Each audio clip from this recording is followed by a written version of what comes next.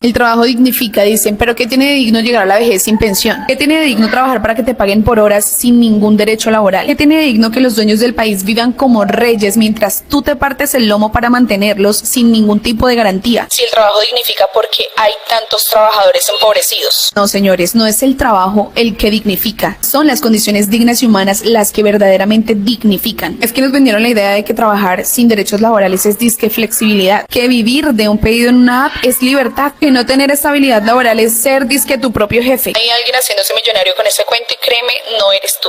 Y es que sigues madrugando, cumpliendo turnos interminables, esforzándote para que al final de mes no te alcance ni siquiera para sobrevivir. ¿Sabían que la reforma laboral intentaba cambiar esas condiciones indignas? Pues la tumbaron, y la tumbaron los que quieren que el sistema siga como está y que unos pocos se enriquezcan a costa de la explotación de muchos. Fueron 8 los senadores que decidieron que los derechos laborales no son ninguna prioridad, y esos 8 archivaron la reforma. Argumentando que así cuidaban el empleo del país, pero ¿qué decía realmente esa reforma? Yo te lo cuento porque la TV no lo hace. La reforma tenía 3 objetivos principales: garantizar la estabilidad laboral, mejorar las condiciones salariales y reducir la explotación laboral. Veamos cómo. Primero, contratos estables. Actualmente las empresas tienen la flexibilidad de contratar por muy corto tiempo a los trabajadores y determinar además estos contratos por razones injustificadas, dejando obviamente a los trabajadores en constante incertidumbre. La reforma proponía que el contrato a término indefinido fuera la norma y así poder garantizar estabilidad laboral real a millones de trabajadores. Segundo, recargo justo por trabajo dominical y nocturno. ¿Sus mercedes trabajan después de las 6 p.m., los domingos o los festivos?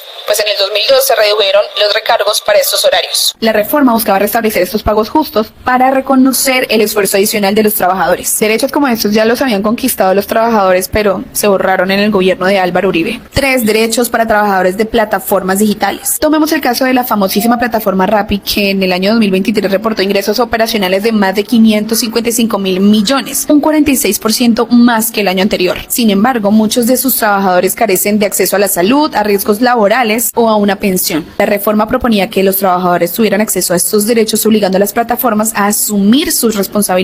Y así es como se comportan muchas empresas con ingresos altísimos, pero con condiciones indignas para sus trabajadores gracias a quienes tienen esos ingresos. Cuarto, mejorar las condiciones laborales para los aprendices SENA en etapa práctica. Proponía cambiar la cifra del 75% al 100% de un salario mínimo mensual legal vigente. El reconocimiento de su aprendizaje como experiencia laboral para facilitar su inserción en el mercado laboral. La transformación del contrato de aprendizaje en contrato laboral para que estos aprendices tengan los derechos laborales, otorgando el acceso a prestaciones sociales y seguridad social. La pregunta no es si Colombia necesitaba esta reforma laboral, porque claramente sí. La pregunta es a quién beneficia que no haya reforma laboral. Así que si tú como yo estamos seguros de que los trabajadores merecemos condiciones dignas, hay que estar muy pendiente y combatir la desinformación, hacer pedagogía y concientizar de sus derechos a la clase trabajadora, por quienes, les recuerdo, se mueve el país y la economía mundial. Recuerda que se avecina una consulta popular y ahora la decisión está en nuestras manos. La consulta popular no es solamente un trámite, es una oportunidad para que la voz del pueblo pese mucho más que los intereses de los mezquinos que viven a costa de nuestra explotación. ¿Y tú,